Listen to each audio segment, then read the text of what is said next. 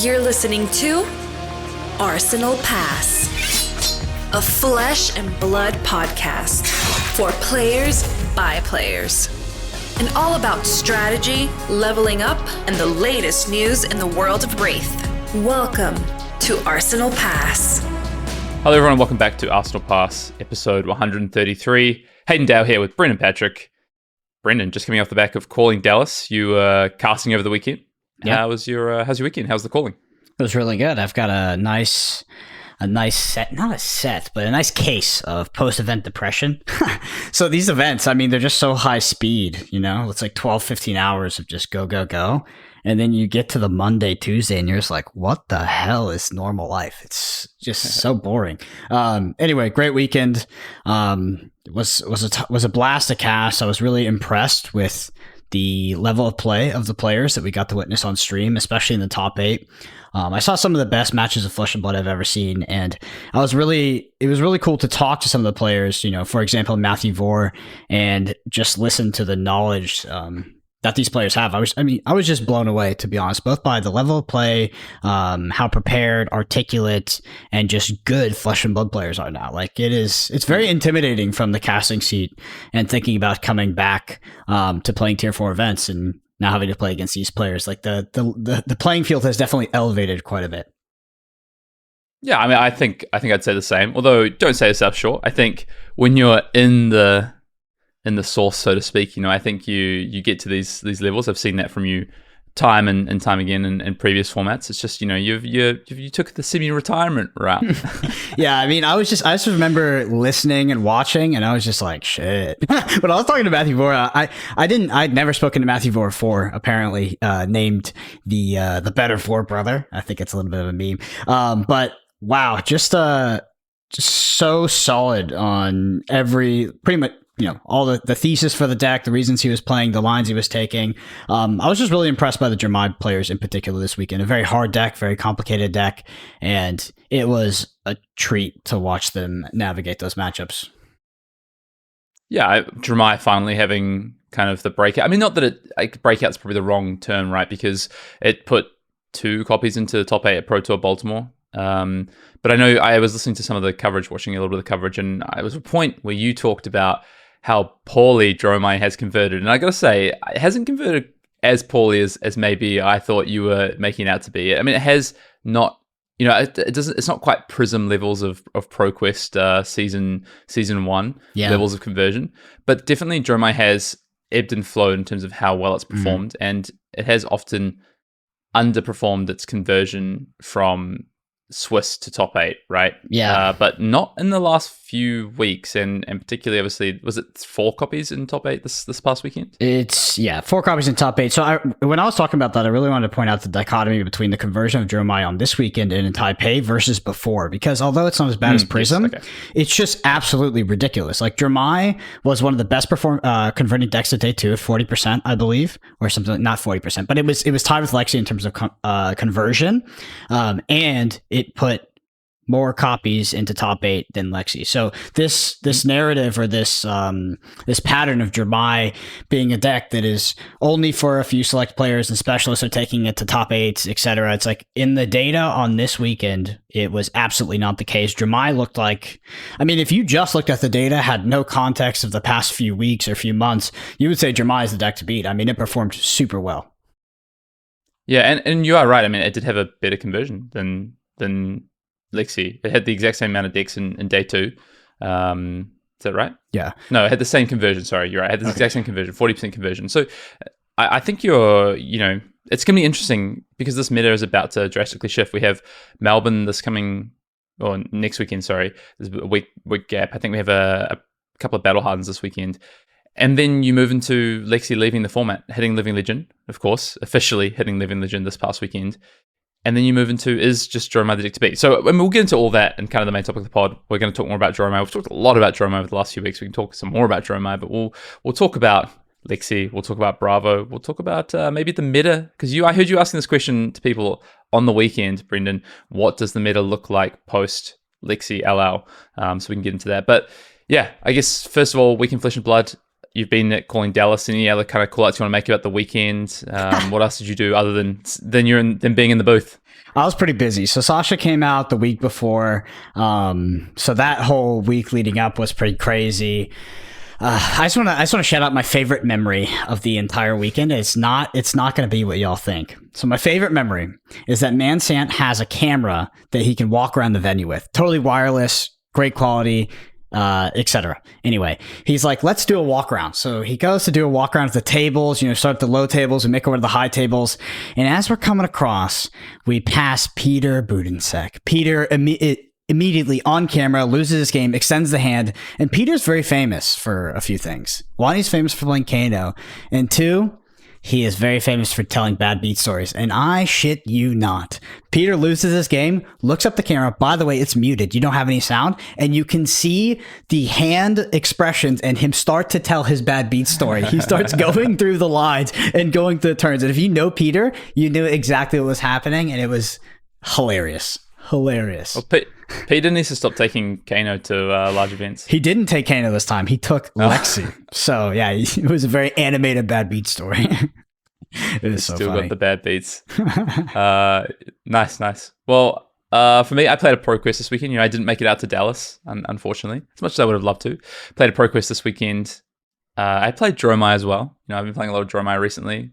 I haven't wanted to necessarily change off of that. And managed to get an invite this weekend. So, that's a little bit of weight off the shoulders. Make sure I got that invite for LA because I seem to be bleeding ELO at these callings, Brendan. So I don't know if I'm going to make it through on ELO to LA. So, but wrapped up an invite playing Dromai. I played a very similar list to, well, actually a little bit different to what I played in Taipei, which I did put up on Patreon, but actually not too dissimilar to what Guy ended up winning with, a kind of hybrid of Crown and Royal plan, sort of Providence and Royal plan, and a little bit more defensive than maybe the pure Tome min-max builds.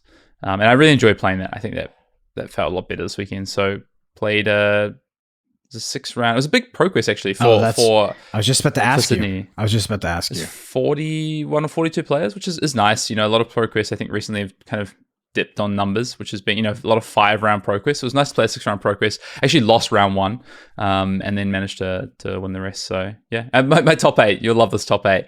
The top 8 was I think 2 Dromai, but then it was like 2 or 3 Brutes, 2 or 3 Ninjas.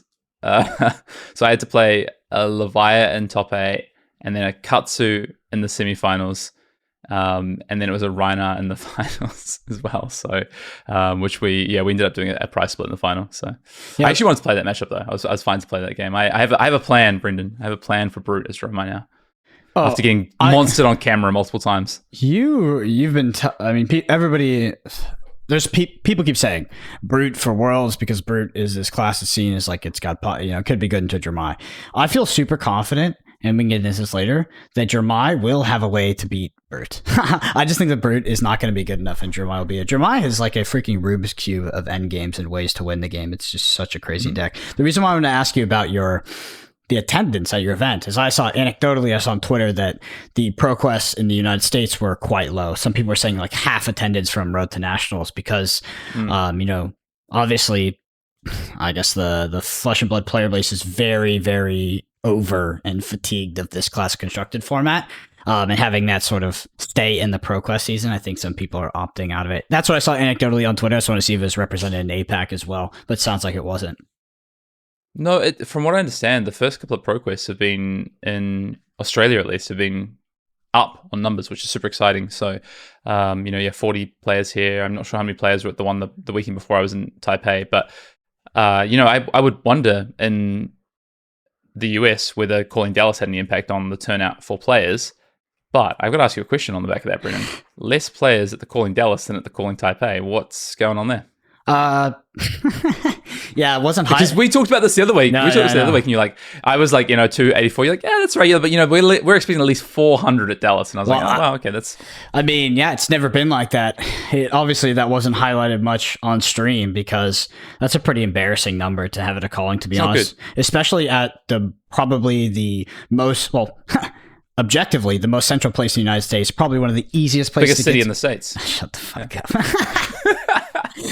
It's very easy to get to, huge international airport, American Airlines hub, cheap, everything. It has everything. I know hotel prices here were a little expensive, but yeah, that's a terrible turnout. Like, that is abysmal. Not a lot of people are going to talk about it. They're going to try to skirt around it, but 280 players in a calling in Dallas. It's pretty bad. Few reasons. We can only guess, right?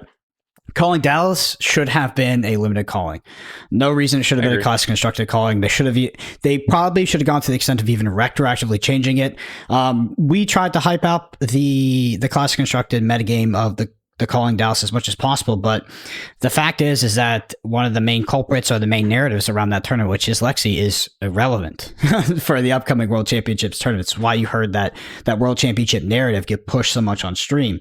That being said, ultimately Lexi went the tournament, and you got to see a diverse sort of amount of Dromai decks. Matthew Vor's deck was very different from Guy's deck in the end, and those will be good foundations and data points as you look towards the World Championships. But yeah, I think people hate this class constructed.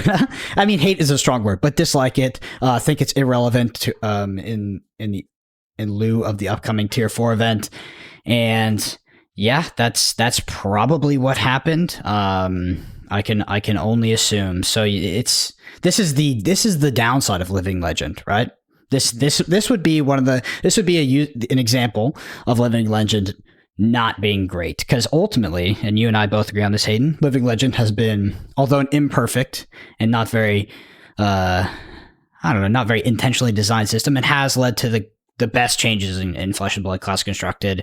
It's led to the biggest shakeups. It's been the most refreshing, etc. But the calling Dallas and the lack of attendance is probably an example of that system and kind of where it breaks down a bit. Yeah, I mean, well put, I think. It's disappointing, I think, because I think back to calling Dallas in the one that you top 8'd, was that 2 years ago now? Yeah, 2 years ago now. The calling, Brendan. Well, how many players was that? That was like 400 and something, was it? I'd be surprised if it was under 500. I don't remember off the top of my head. It was big. It was huge. Big. I mean, all the callings back then were huge. Tales Varia Limited. So I think calling Cincinnati was the smallest out of that set. But yeah. I mean, there's no excuse outside of there's no excuse of hard to get to location or like anything like that. Like, it's purely players probably had the option to go and chose not to. Can I ask you another question while we're getting into this about kind of how events are being run? Because from what I've heard, the events have been pretty well run. Do you think that, though, because this just seems to be that the callings run by SCG have been smaller than the callings run by Channel Fireball, and that could just be a purely timing based thing, right? Mm-hmm. But do you think the kind of the size and the penetration of Channel Fireball and the marketing that Channel Fireball had behind Flesh and Blood was able to get more players to these events? Mm-hmm. So I actually think no. I think it's purely a result of Channel Fireball being the host back when Flesh and Blood was a bit more popular. The metagame was more interesting to people, etc. I mean, 2 years ago, I guess that was kind of the peak of our callings, and those are also the first callings. Some of those Channel Fireball callings, they were the most competitive events Flesh and Blood had ever had, because there wasn't a Tier 4 events. SCG, I think, I just don't think that reach matters too much in terms of like actually getting butts and seats. What SCG does that Channel Fireball kind of did, but SCG is also hosting other tournaments on the weekend. There was big Magic tournaments in that convention center. There's also a big My Hero Academia. I think that's the game tournament. So, I mean, there's plenty of room for crossover of other communities to come over and try out a draft and a side event, or see the event, etc. And it didn't really feel like, Flesh and Blood was the stepchild of that convention either. It felt like Flesh and Blood was a big deal. So yeah, I think it's metagame. I think it was a poor call by Legendary Studios to make it a constructed event, and I think that in the future we should be more dynamic. I understand it's not that easy. Like, I understand. We call ourselves, what do we call us? Comfy couch, Cheeto crusted philosophers or whatever, because we're sitting here not actually doing the work. But this should have been a limited calling with Bright Lights, off the back of Bright Lights. And if Living Legend comes with the baggage that we need to hold tournaments like this in order to achieve some sort of number. I mean, that is a failure of the system. I don't think that's why that happened, but hopefully in the future we can find a way to be a bit more dynamic. And limited calling would have been great. Everybody would have loved it, right? We need preparation for Worlds. The biggest complaint out of most pro players, not enough time to test limited, et cetera, et cetera, et cetera. Limited calling Dallas would have definitely been a band-aid, at least, on all of that.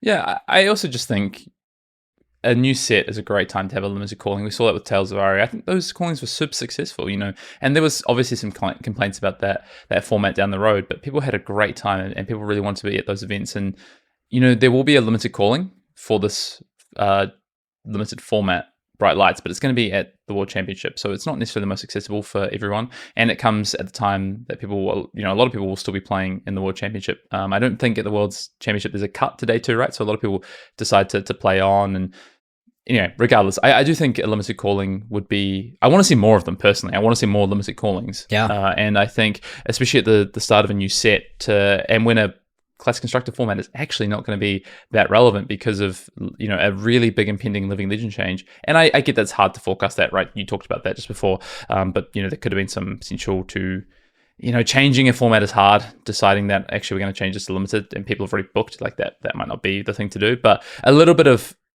foresight, maybe there is some opportunity to have some more limited events. Anyway, I just thought that was an interesting point to talk about. I just want to add on to the back of that. From what I understand, I talked to the TO at Calling Taipei, and they were really happy with, they're like, we're building on the turnout. We've kind of, we've gone to a different country other than Singapore, where they've had the last two callings in APAC. And they were really happy with kind of the hall was like the hall and the venue they had was a great size for the amount of players they had. Also, the side events were absolutely pumping. So they were really happy with that, and they felt it was super sustainable. So I think that is a good sign. And also, from what I understand, the SCG running of the callings also makes them super sustainable because they roll them in with other events to make them basically sustainable long term.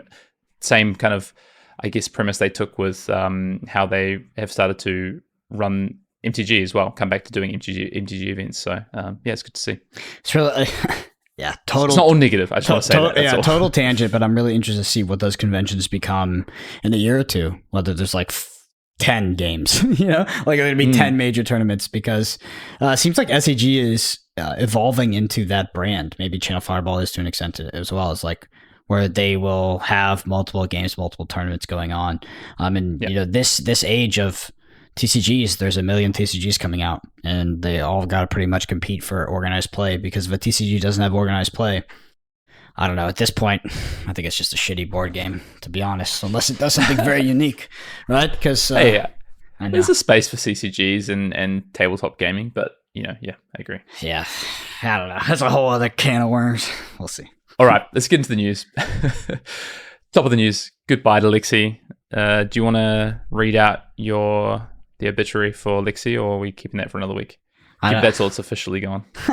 I mean, good riddance, right? I think that deck was. I don't know. It's weird. Was it actually that bad, or do people just always hate the best deck? I think that Lexi. But that latter definitely is always true to a degree, but to which degree is interesting. Yeah, I'd love to do a poll. Right, we have 6 heroes in Living Legend right now. All Tales of Aria, by the way, completely gone at this point. Now with Lexi, well, in 2 weeks' time with Lexi hitting Living Legend. So Briar, Lexi, Ultim, obviously all Living Legend, plus Prism, Chain, and Bravo Star of the Show. I'd love to get a poll. Which of these heroes was disliked the most in their peak Classic Constructor formats, or in their Classic Constructor formats at all? And, who would win? Recency bias might prevail, but I'd be interested to see what people say. And I honestly think Bravo Star of the Show might be quite low down on that list. Yeah, it would be the flippening of people coming back around on Bravo Star of the Show, being like, no, maybe it was good for the game, wasn't that bad. Hey, I just want to point out, I always said this, but okay. Yeah, I mean, coming from someone who was competing back then and trying to win events and actually putting an effort to playing the game, Bravo Star of the Show sucked. I hated that hero for many reasons. Kind of just made you not want to try too hard because Bravo was so toxic. But anyway.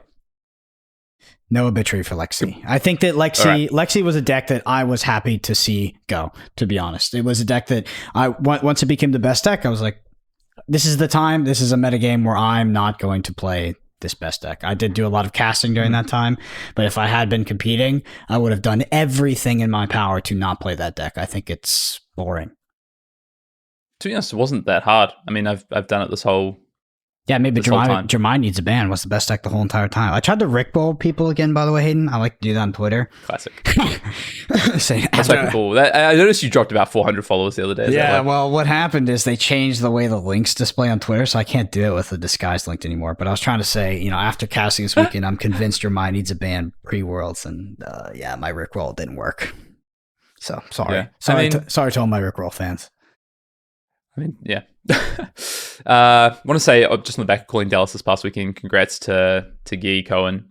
Awesome win. Guy's someone that has played, from my understanding, Dromai a long time. I remember seeing a Battle Hardened stream a while ago with Guy making it all the way to the final, and to come through as a someone who's played a lot of Dromai and take this event. Just congratulations. Loved the list. I thought the list was super clean. Very good for the meta that ended up showing up. Looked really good into the mirror. Looked really sort of still with enough to take on the Lexis. I want to know if Guy played any Bravo, actually. That was the one matchup I was wondering if Guy might have struggled against, but the rest of the deck looked super clean and great call for the meta. So, just congratulations to Guy on the win. Yeah, fantastic showing on stream as well. Yeah, played very well. The top 8 play in general was very, very high. Was very impressed with kind of the lines people were taking and playing very, very clean from... I saw quarterfinals and then I saw some of the finals or most of the finals. So actually, I saw all the finals actually. And that is exactly how that matchup has been going for me recently. Is it's often felt very snowballing one-sided. So I wasn't surprised to see the final go that way. ProQuest Season 4 is underway. So ProQuest Season 4, people trying to punch the ticket, get to LA is happening. This is the second to last week of ProQuest, right? We've got 2 more weeks of ProQuest. Draft ProQuest coming up for people, Class Constructed. I know as much as you're saying people love the Class Constructed format. So if you are looking to get yourself to LA early next year in March, then ProQuest Season 4 does wrap up next weekend, 2 weekends left as of this pod. And then Skirmish is back on from November 18th to December 10th. So that must be the weekend of the Pro Tour. Yeah, so Skirmish 18th to December 10th. To put a rocket in your sprocket, as they say, with a mix of Blitz and Bright Light Seal deck. I just copy and pasted what was on the Flesh and Blood page, so you get a little bit of copy there. Yeah, I don't know if Legendary Studios hired a new content creator, like content person, because they've been posting a lot on Twitter and stuff like that recently. Like they've obviously... Legendary Studios tends to do this thing where they do like a little blitz of content and then they just go radio silent for a few months. It's very jarring. Hayden, what are your thoughts? I don't know if you had any more time to play. What are your thoughts on Bright Light's draft as you've had more time to let it ruminate a bit? I've still only done 4 drafts. Like I'm really struggling to get enough drafts in for Worlds, which is a bit of a concern of mine for Worlds prep. Maybe I've done 5 now. I like this format. I think it's interesting. What do you like about it? It's deep. I like that there's a lot to figure out. Mm-hmm. What I don't like is that it's quite frustrating to figure it out, I would say. Yeah, it's very tough. So, sorry, I don't want to interrupt. Intrusive thoughts. Okay. I would describe this format as there's an incredible amount of depth, but that depth exists at 12,000 feet down. Before you get down to the depth, I feel like you have to swim through 12,000 feet of mud, and it's like it's hard. It's just very mathy. And then finally, once you really understand the format, you can now start going deeper. And the depth really is there. Cause I think when I first experienced this format, it's rough, Hayden. It's pretty tough. Also, the draft experience, it's really weird. As you get into your later picks in the pack, so what you're used to in Flesh and Blood is like you can wheel a good card if other people aren't your heroes and stuff like that. That can still happen, but pretty much in this format, like as you get to the end of the pack, it's just mono garbage. It's all bananas, as people say, so it's all yellow cards and 2 blocks. It's a weird experience, and I didn't actually know was going to happen until I actually was drafting the format, and then my last 4 cards are just like unplayable. But, they're still playable because I want to be playing a lot of cards. I think 2 things on that, just to start on your last point there about the kind of wheeling cards. So there is archetypes, and the problem is they're just hard to identify, I think. It's just not easy. It takes a lot of time spent with the set. And, in my last draft, I finally started to understand kind of more about the archetypes and was able to wheel some cards that I wanted for my deck. I do agree the last 3 picks in particular, I think are generally, pretty bad, which is fine. Bad cards are in packs and bad cards are in draft.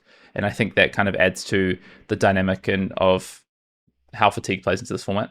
So I think it's fine to have more 2 blocks and weaker cards that people have to make a decision about whether they play or not.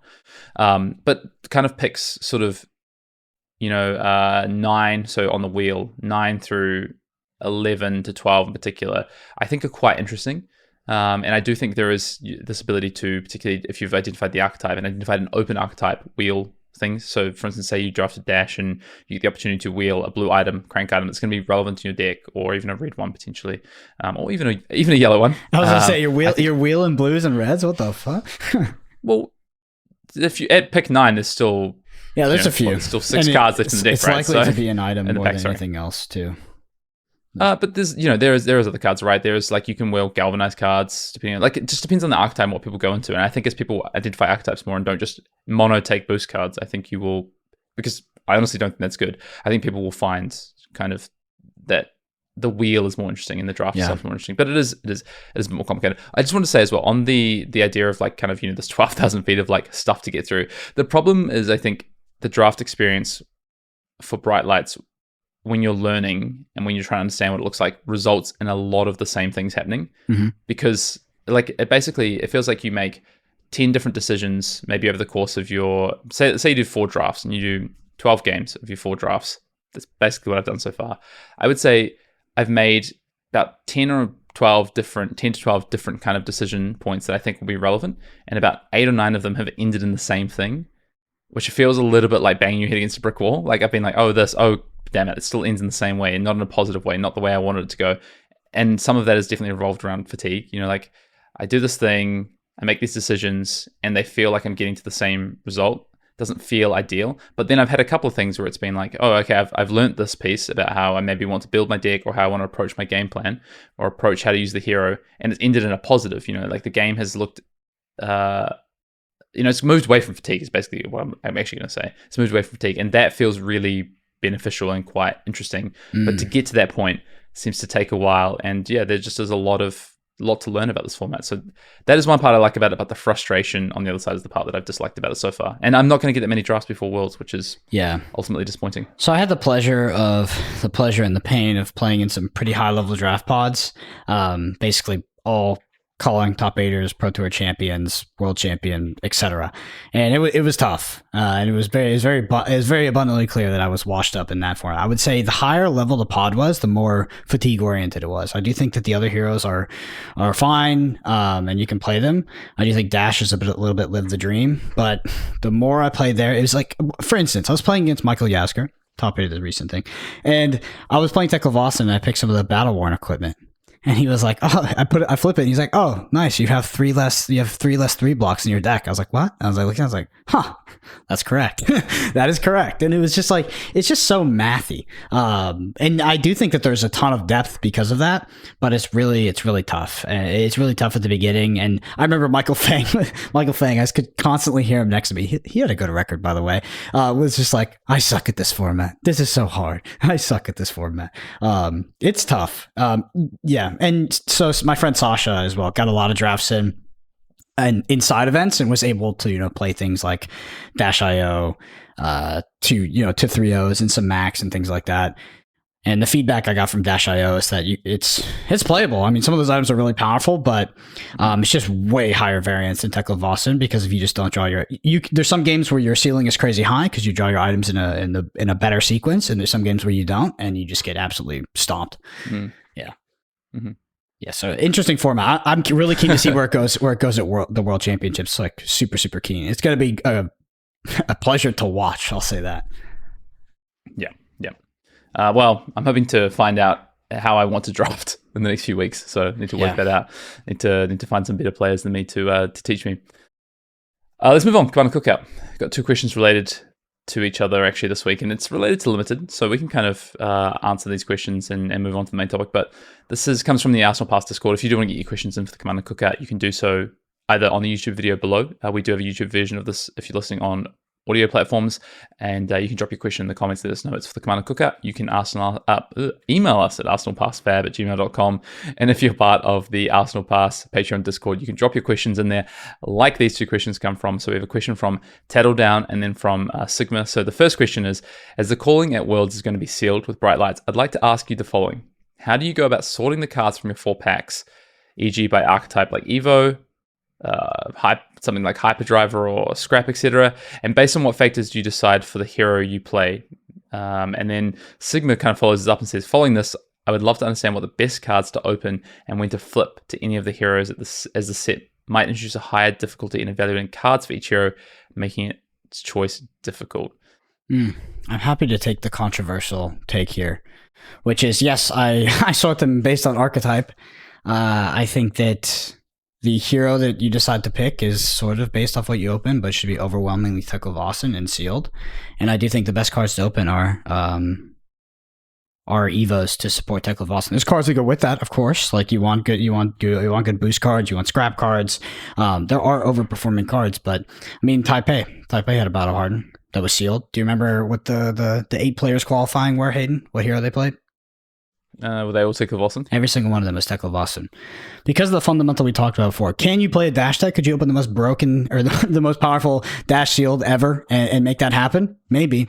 But the floor on Teklavossen is insanely high, and you don't need too many supporting cards. And a lot of these games are very grindy, going to fatigue, etc. So I know it's the least eloquent one, but I think that you want to open Teklavossen. I think you want to open supporting cards for that, Evos, cards to scrap, etc.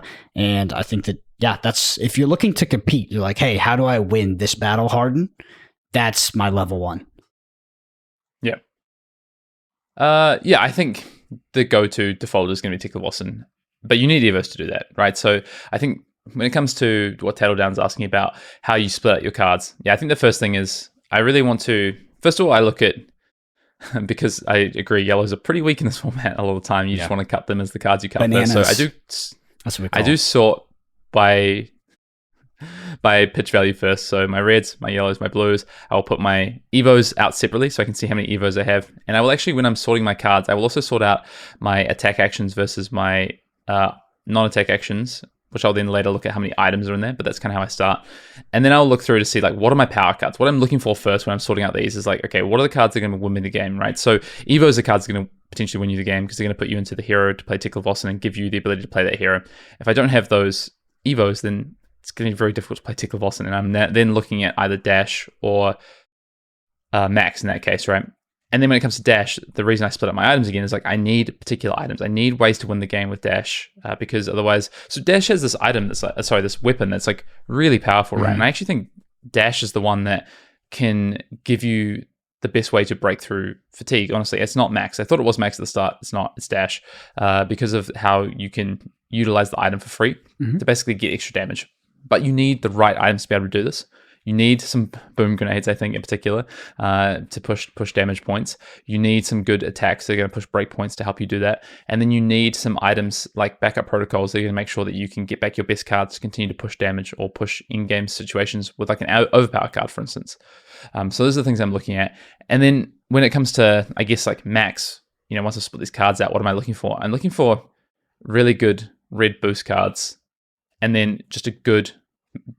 probably 40 card deck, honestly, that can put together with Max. And Max is probably the hero I want to play the least personally. But I do think you can have a good Max deck. The problem is it needs to be overwhelmingly like pretty good, above the average, to be able to beat the Teklavossens in a game that comes down to fatigue. Like I played 2 games of Sealed in the Bounty event at Taipei, and I played Max. And I just want to point out, the games I lost were to some of the best players in the world, right? Just pointing that out, Brendan, okay?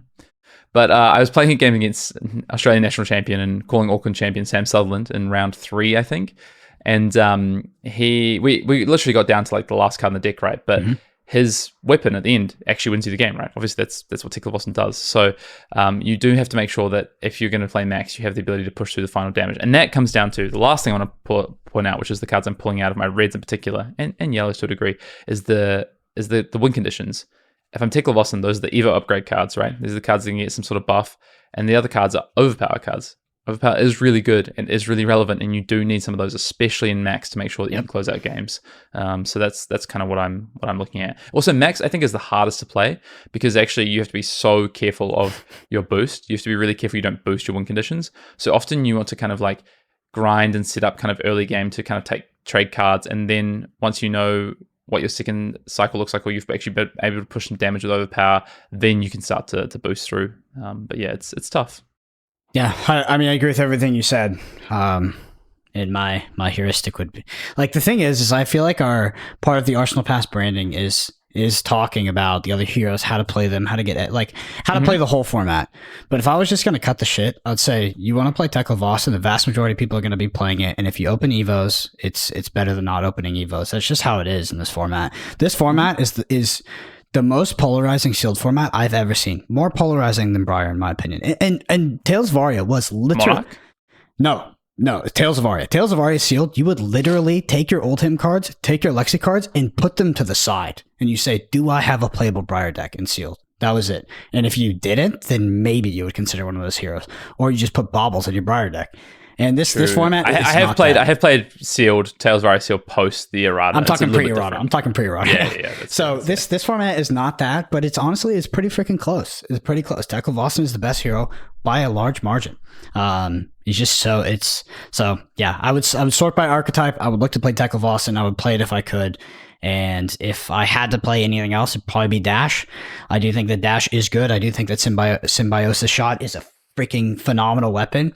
But Dash, you need to draw the cards in the right sequence on cycle 1. You just do. Like your floor on Dash can be so overwhelmingly bad. You can just lose games to it, and I've seen it happen so many times, to be honest. But it's a playable hero. It can be good, and you don't have to stray away from it. Max Nitro would be the one I'd play last. Yeah, I mean Dash. I think you need specific items. You do. A lot of. Right. I would say it's interesting though, because I think it's going to be Tekla-Vossen overwhelmingly that people should be. Like if I was to open 100 sealed pools, I think it would look something like 70 to 80% Tekla-Vossen. Honestly, that it is the correct pool. Mm-hmm. I think it's probably about 15 to 20% that should be Max. And then honestly, it's like 5 to 10% that should be Dash. Like the Dash deck looks very specific. I think you really need, like, it's a lot easier to pull together in draft because there's more packs at the table being opened and people don't want a lot of these cards. But you need these cards. You need these like items that are going to do the things that you need. These blue crank cards that can get value from them. You need dissolving shields. So it's really hard to get that deck, I think. Lastly, just on cards you want to open, there is actually some pretty good Majestics to open as well. Like, yeah, if you open the Majestic arm slot for Hyperdrivers with Max, like that is a good reason to play Max. The Evo upgrade cards are good. The Majestic blue Evos are good. So yeah, there's some good Majestics. The Majestic Evos are really good. Those ones are crazy. Yeah, they are. They are crazy. Anyway, I have a Commander Cookout as well. Hey, I just want to... Oh yeah, go for it. This one is hilarious. So this is a comment. I want to highlight. So just big shout out to all the Arsenal Pass fans out there, Flesh and Blood community. The overwhelming support just keeps us doing what we're doing. So there's a comment from, thank you for increasing the size of that, from Haven88 on the Flesh and Blood. Dallas calling day one says, Brendan might be one of the worst casters in the seat. Not only boring and tonally flat, he's clearly biased and a huge advocate of gatekeeping and insulting players. Thankfully, DM Amada was there to keep the stream interesting. Just shout out to Haven88. It just keeps me going.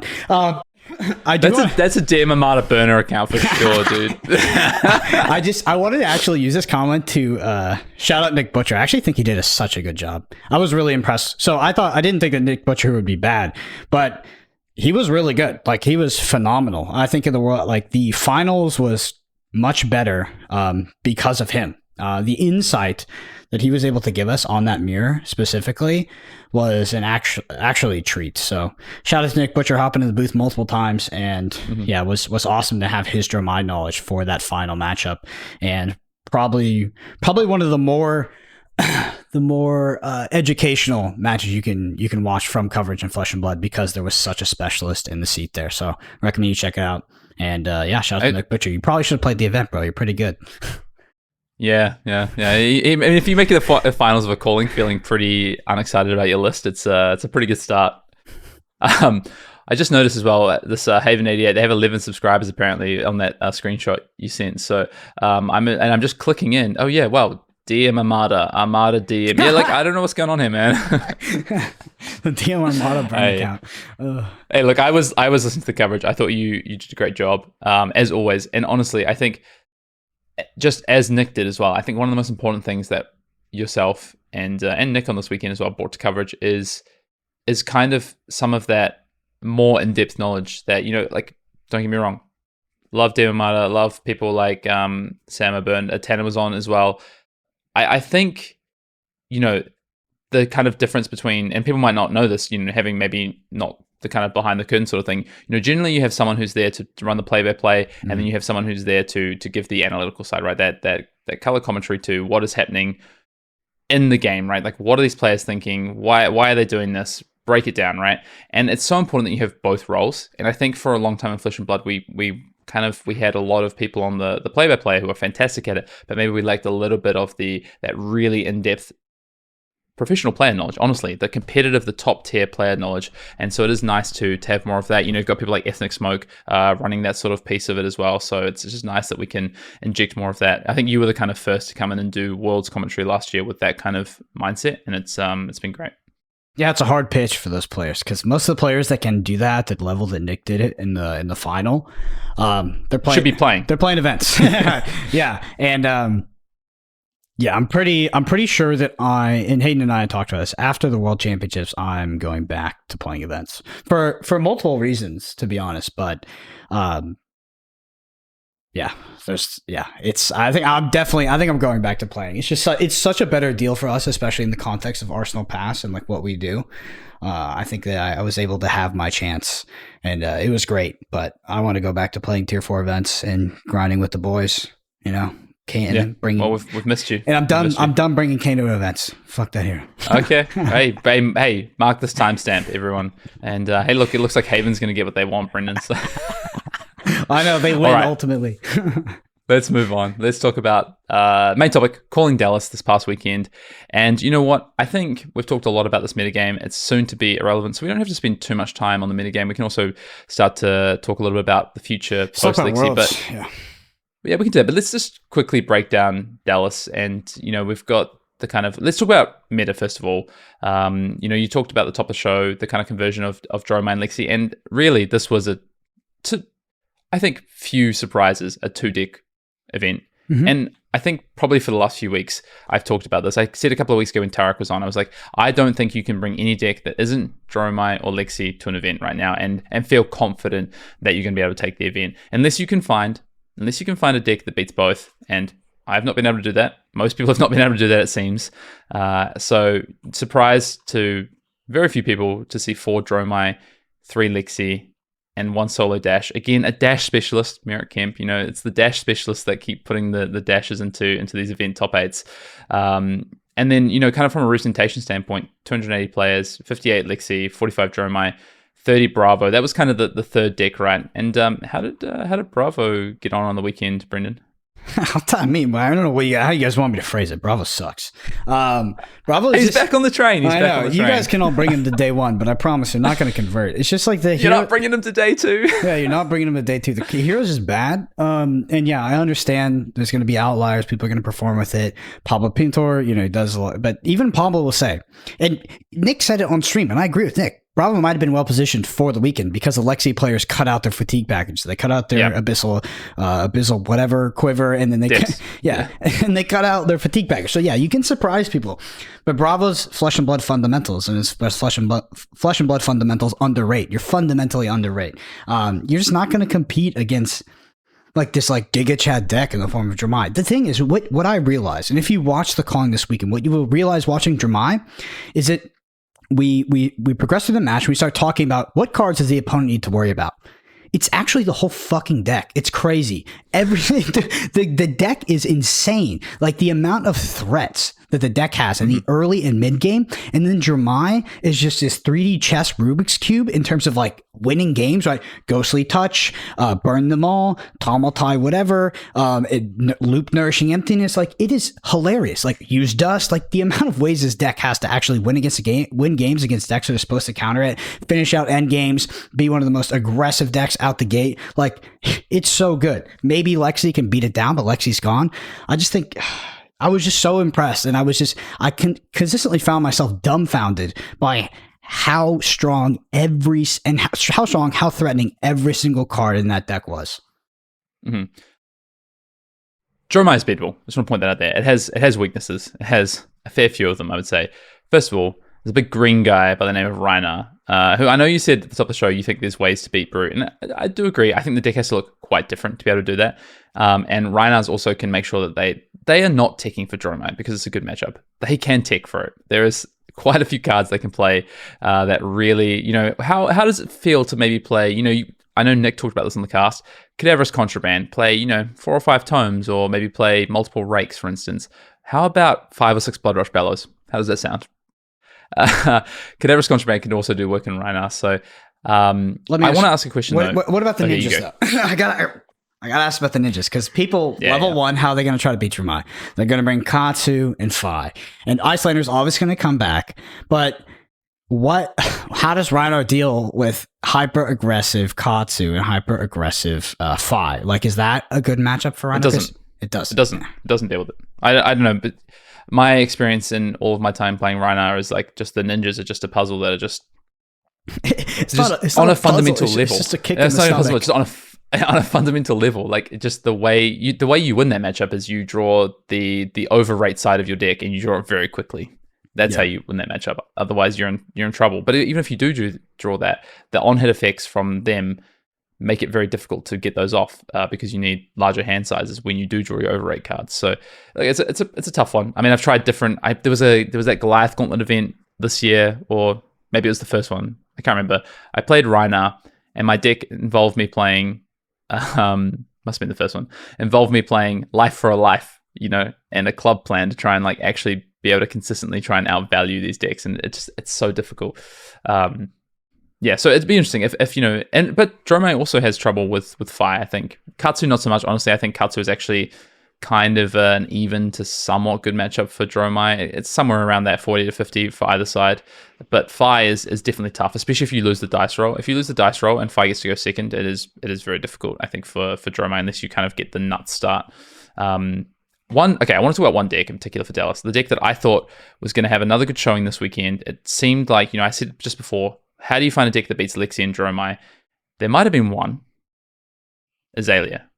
And it did not have a good weekend, right? It put 3 copies into day 2. I mean, it wasn't even that well represented on day 1. Well, it was the 5th most played. It was equal with Katsu, right, for 4th most played deck, but did not have a good conversion to day 2. So you were there at the event. Mm-hmm. What were players talking about when it came to Azalea? And sorry, I didn't mean to interrupt. I interviewed Levi Rausch on stream, and Levi actually said that as an Azalea player, right? Yeah, pretty much like the Azalea player. I mean, Justin was on the same list that Levi was. I don't know if Justin got it from Levi. Justin Koo obviously won Taipei, but Levi said that the meta is actually just going to get more hostile.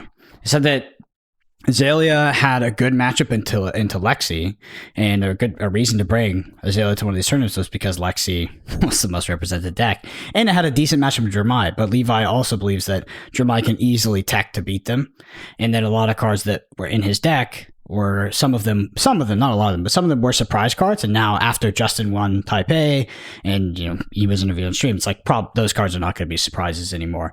But the deck ultimately still didn't convert super well. When it played on stream, it looks great. I'll tell you that. It did look good. But it loses to itself, though.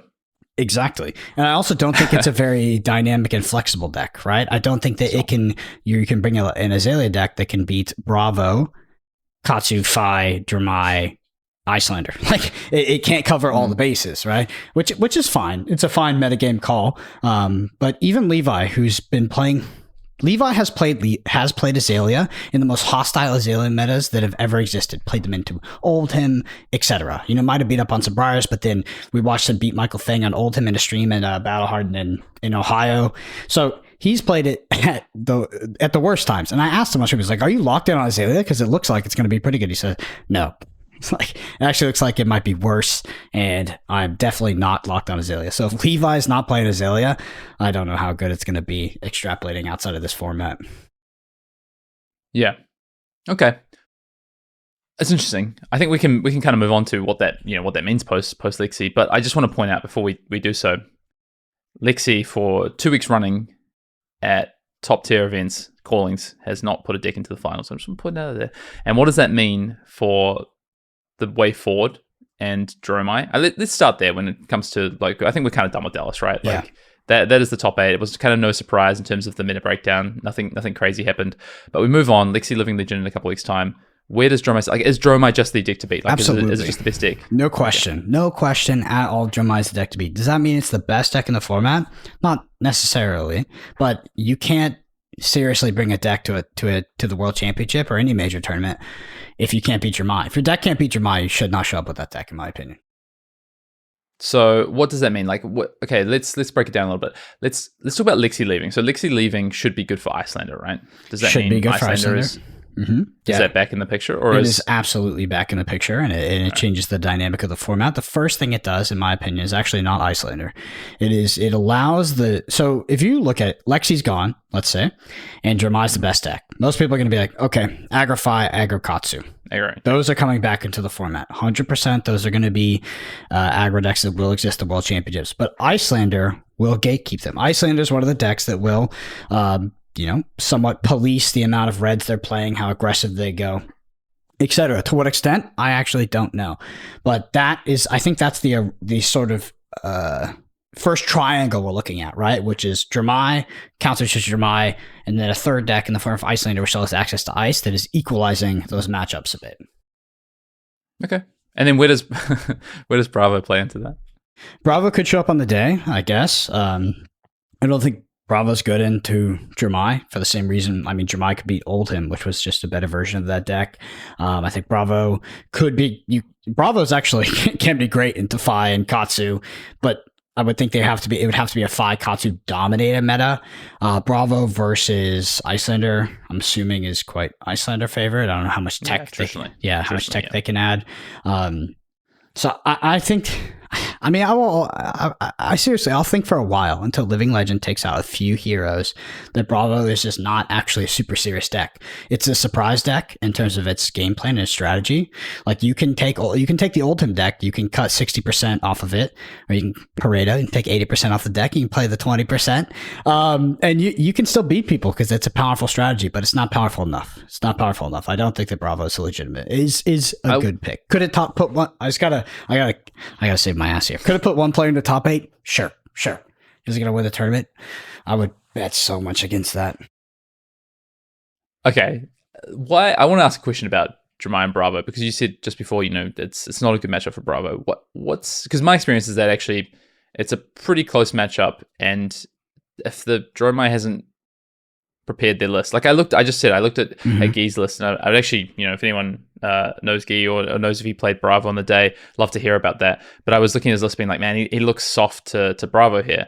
And maybe I'm missing something about the matchup. I've played it a lot, and I think I'd love to know, what your perspective is on why you think Dromai is kind of favored into Bravo, just on the whole, it seems. I don't know if it's fundamentally favored as in like a matchup, just like a core matchup dynamic, but I have seen, I'm going to call upon my experience watching multiple Dromai matchups into Bravo or into Oldhim at the Pro Tour Baltimore, where despite Oldhim having infinite breakers, access to crown, etc., so many ways to sort of try to, like, on the surface get around this deck, it would consistently lose because these Dromai players would set up endgames that the Oldhim couldn't beat and would attrition them out of those poppers. And like that's the thing is like these Dromai decks, they just have so many ways to win the game. They can Tomotai away your null rune, then they can burn them all you. They can ghostly touch stack and have the ghostly touch this phantasm and attack you multiple times with that, where you have to counter pitch stack like defense reactions and shit. We saw Michael Fang barely win.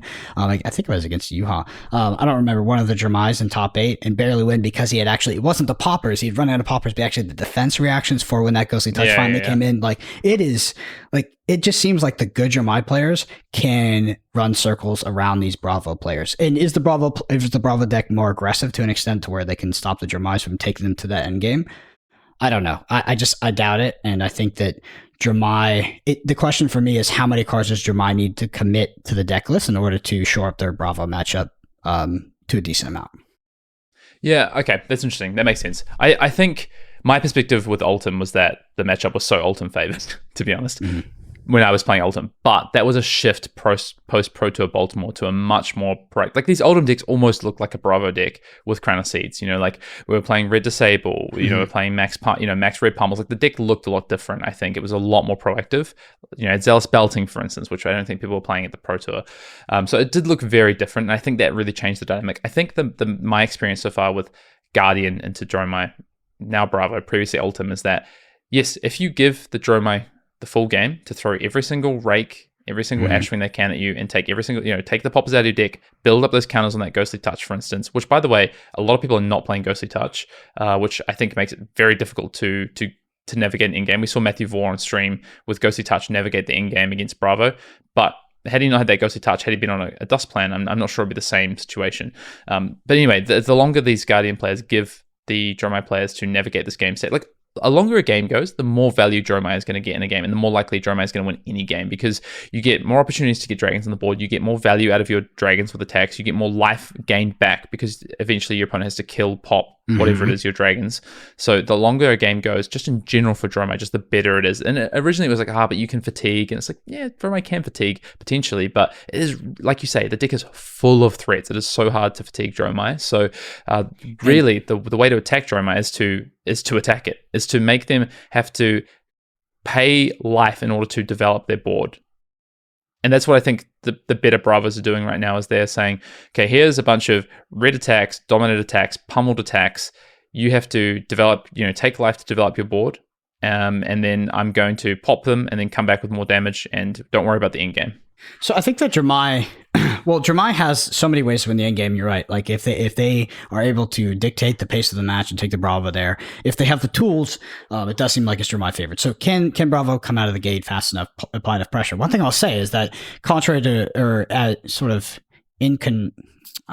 what's the word? I lost it. But just comparing to Proto or Baltimore, the Dromai decks are more explosive. They have access to more swingy turns with Tome of the Imperial Flame. They can swing more dragons on board, and that can't be. I feel like it's hard for me to see that as a better scenario for a deck like Bravo, because I watched Oldhim get beat at Proto or Baltimore by Dromai setting up end games and matricianing them out of threats, and these expert Dromai players navigating that scenario, right? But I also watched plenty of Oldhims lose because the Dromai did rake, drop 3 dragons, and like the equity to be able to do those kind of play lines and just get way too far ahead on board and effectively turbo fatigue the Bravo out of 6 attacks and fatigue them out of deck has just gone up, because a Bravo can't, if you drop all those rakes and you're dropping multiple dragons a turn, if a Bravo's blocking with a 6 attack every single turn, they will fatigue. That's, so as long as the Dromai doesn't die beforehand. Yeah. Well, we're assuming they're competing on, right? They're popping dragons. They're trying to clear like really bad ones, right? Like maybe like Chromeyes or Kylo, like Miragai. They're doing Miragai's the one used to clear. Miragai. So they're doing something to like actually try to maintain a little bit of board parity. Because I don't know who wins the heads up where it's like, okay, we just both go face, right? Maybe the Bravo commits one card to popping and stopping the turn as much as possible. But if they just both turbo go face, like who wins in the heads up there? I don't know. This is the thing. Like, I think the Bravos have gotten a little bit cute with it. They've gone away from the fundamental of like, what's the best way from a value standpoint to utilize your hand? Block with 1 card to pop and end the turn, and attack back with 3 cards. That is, and then hold a go again, attacking your arsenal for when they drop the Miragai, and try and pivot on a Miragai Chromai turn. Pop your Chromai, kill your Miragai, attack your passing Mirage if I even have to, move on with life, sort of thing. Anyway, that's my perspective on the matchup. I think my problem though is that Bravo might be able to do that. That's fine, but what's Bravo doing against the rest of the field? It's also beating the ninjas, right? That's a good thing to do. Like, can it beat the ninjas? I mean, if it's packing, that's the thing about Bravo deck is another one of those decks where you have to make deck building decisions for what you want to beat. Exactly. But Bravo, do you want Chokeslam or Disable? Because exactly. Chokeslam much better against the ninjas, but much, much worse against Dromai, for instance. Yeah, or Crush the Weak, and like you can have a bunch of red attacks that just shut ninjas up real quick. But can you also beat Dromai? And I just don't think the Bravo is like actually a fundamentally powerful hero. So if there's a narrow meta where you can add in a bunch of those cards, like I played Bravo. Thing is, I get all the shit for talking down Bravo, but I'm the only one who's brought him to the competitive event in this room right now, and I brought him to. I'm not in that room with you. So. I know. I brought Bravo to a legit, what was it, a Battle Harden. You played a Pro Quest, didn't you? Oh, you did it twice. You played a Pro Quest and a Battle Harden. It was a Battle Harden. To be fair, I was pleading with you to not play it. I was like, it was well positioned. It was all 5. The only reason that I didn't top 8 that Battle Harden, and I'm gonna Peter Budinsek cope right now, is I had a fucking IP penalty in round 1 because we were late and I got a combo by Iyslander. Other than that, I absolutely shit stomped all the Fais. Like I did. The deck was just really good against Fai. It was really well positioned against Fai. And I think that I don't disagree. I think Bravo. It's just so funny. We're like so passionate about all these points that we agree on. Yeah, it could be really well positioned for Worlds. Like or it could be well positioned for a portion of the meta at Worlds, but can it cover everything? Worlds is a split format, so you know. Yeah, but ultimately, yeah, it is a split format. I think it will be one of the top 5 most played decks. I don't think it will convert well at the World Championships, but I don't know. There's a lot of great Bravo players that are going to be at that tournament. There's great Bravo play. No, I'm kidding. That's my line. All right, the one deck I think we haven't talked about. We talked a little about Ninja, and I think that's obviously an interesting dynamic as well. But the Mechanologists, yeah, Lexi Living Legend has to be good for Mechanologist. Whether that's Dash specifically, whether that's Dash. There's a lot of chat about Dash IO being like the best aggro deck because of the explosive ceiling of Dash IO. My personal experience playing Dash IO so far is that yes, it does have an friggin' explosive ceiling, better than normal Dash when it comes to being this aggressive boost deck. But I'll tell you what, has a much lower floor. Has been my experience so far. So I'm really interested to see where people come to with Dash IO for this event. Like there is these kind of whispers of like maybe it's the deck, maybe it's the most aggressive deck. I don't know. It's not been my experience so far. But Dash Inventor Extraordinaire is really interesting to me. And Lexi, I think Living Legend now means that you can build Dash in different ways. You don't have to be like, I have to have this really explosive boost package in order to even have a chance against Lexi. Now I can potentially build in different ways. Whether that's, the control dashes come back, we see more of mid-rangers, not sure. But then also, does that open up the space for, like we said, Dash IO, but even potentially, I won't hold my breath on this one, Max and Tickle Boston, they seem a lot weaker to me, but maybe someone's going to find something there. So the Mechanologists are the other part of the puzzle that I think is interesting. Yeah, I'd be surprised if Max or Tekla Lawson decks brought to the tournament in terms of the entire tournament, which will maybe be over a few hundred players, is more than 5 combined. That would be a win for those heroes. But yeah, if you're interested in Dash for the World Championships, go back and watch Merikemp's game. And I'm not enough of a Dash expert to know how the deck will change in lieu of Lexi leaving the format. But that deck, it's good. And it's obviously good. It's been winning for the past few years, and it's only got upgrades. I don't know if it will be highly represented at the World Championships, but I do think that it will likely convert, maybe just in the format specialist, maybe not on the aggregate, right? But it will likely convert in day 2 and even top 8. Like it seems, so I can sit here and I can talk bad about Bravo, but I can't do it about Dash. There's obviously something going on with the Dash deck where there's players that know how to utilize it, that are having success with it, and I think that the equity of that deck has only gone up in lieu of Bright Lights. So it's definitely a pick for the World Championship. Mm-hmm. Yeah, I mean, I think Dash is powerful, so we'll see. And then Dash IO is the kind of could be a wild card. I think then we talked about briefly like where does Brutes kind of sit? I don't know. Fundamentally, my problem with Brutes is it's like Levi. I just think isn't it right? Like we've just seen the upgrades just aren't enough. I don't think Lexi's the even the problem there. And then Reiner. I mean, just so soft to these aggressive decks. So yeah, I don't know. Even Iyslander is not particularly a great matchup. So I don't know. As much as I'd love to sit here and say I'm super confident in what Brute could be in this next format, I'm really not. But it's definitely something I'm looking at. So we'll see. Brute to me seems very theoretical, right? It's just never. Yes. It just is never really. Yeah, I mean, it's as good as it seems. We've been doing this song and dance with Reinar for years at this point, but every single time it just doesn't end up being it. Like theoretically, it's like it can be good into all these decks, but it's just not on the same level that current modern S tier decks in Flesh and Blood are.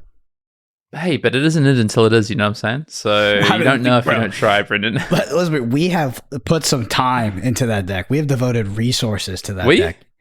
Yeah, well, I devoted my time and resources telling you to not fucking play it. Sitting on the other side of the table, being like, dude, why are you still doing this? Yes. Yeah. Fair. We have given it a good shot.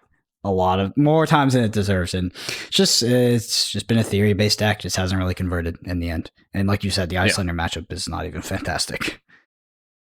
Definitely wasn't in Blitz. Definitely wasn't in Blitz. Maybe next year. All right. I think it's going to do it for the pod this week. We will be back next week. I mean, what's kind of happening in the next few weeks? I mean, I've got Melbourne coming up. We've got the Worlds that is coming up. What else is happening? I mean, so it's just Melbourne, right? Like it's tough. So what happens in the next few weeks is that players do internal testing. Goes hibernation. Yeah, they do internal testing to figure out what to actually play for the World Championships, because your PQs aren't going to help you. Like, I mean, yeah, that's what you got to do. You got to figure out your class constructed deck for this upcoming tournament. And I think we're going to get a lot more practice in Bright Lights. You're not, because you won't have time, but the collective community will practice Bright Lights in I'm gonna try. I know, but that's what's going to happen is people are going to start playing this format as we lead up to the World Championships. Because up until now, there really hasn't been a lot of time. Like, most players I talked to on the day at the convention had played less than 5 drafts. And there was a lot of players that were just like turbo drafting there after the event. Yeah. I mean, that's actually my plan for Melbourne next week, is to see how many people I can get on Friday to draft with me for like 4 or 5 drafts, and then Sunday evening after the event, like, who wants to draft? Well, I'll tell you, Hayden, I'll tell you what your best bet is. I think that you need to find a class constructed deck, and not Kano, lock it in, like hardcore. I'm gonna play this deck. I'm not gonna change. Always anything. Works for me. And then when you get to Barcelona, you just only draft. Like So I get to Barcelona about 18 hours before the event starts. But you're an alien and you don't get jet lagged, so you could get a solid 4 or 5 drafts in with a group of players that has, maybe collectively 50 plus. That's actually, you know what? I'm gonna put the counter. I'm gonna put the shout out here to see if anyone can help me out. I'm gonna be in London for basically the week and a half prior to Worlds. If anyone in London is keen on drafting and has a group or has a store or whatever, and can get me in for some drafts for Bright Lights, please reach out. Let me know. I will be there. I would love to draft. So yeah, please help me out. Yeah. I mean, draft is the biggest question of the World Championships right now. I think that there's some solid class constructed decks you could pick that are just powerful lists, and you might have to tweak a few things, but if you have experience on them, you could take these lists to the World Championship. But the draft format, I'll tell you right now, and I think that most high-level play, I'm not saying I'm a high-level player, high-level players that are practicing for right now, it's really tough. Like, it is a tough format, in my opinion. It is both the hardest format and the easiest format I've ever played, because there's definitely some games where you can just high roll, but then it is the most mathy resource attrition trading format that I think has ever existed in Flesh and Blood. Yeah. All right. I disagree. Do you want to take us out, Brendan? Yeah. All right. Well, if you enjoy this podcast, you can leave us a comment on YouTube telling me how much of a shit content. I'm kidding. You can subscribe on YouTube or hit us with a review on Spotify or Apple Podcasts. Really appreciate it. Helps a lot. Shout out to the Arsenal Pass patrons. You help us do what we do, and we're endlessly grateful. Hopefully we can get some deck techs beforehand. It's tough because, a lot of these pro players are, like Hayden said, turbo hibernation at this point, just grinding for this thing. We don't have a good marquee event to sort of get some lists, but we'll do our best to at least get one good competitive deck for this upcoming format. Twitter, Brendan APG, Fien_Dale. And until next week, we'll see you next time. See ya.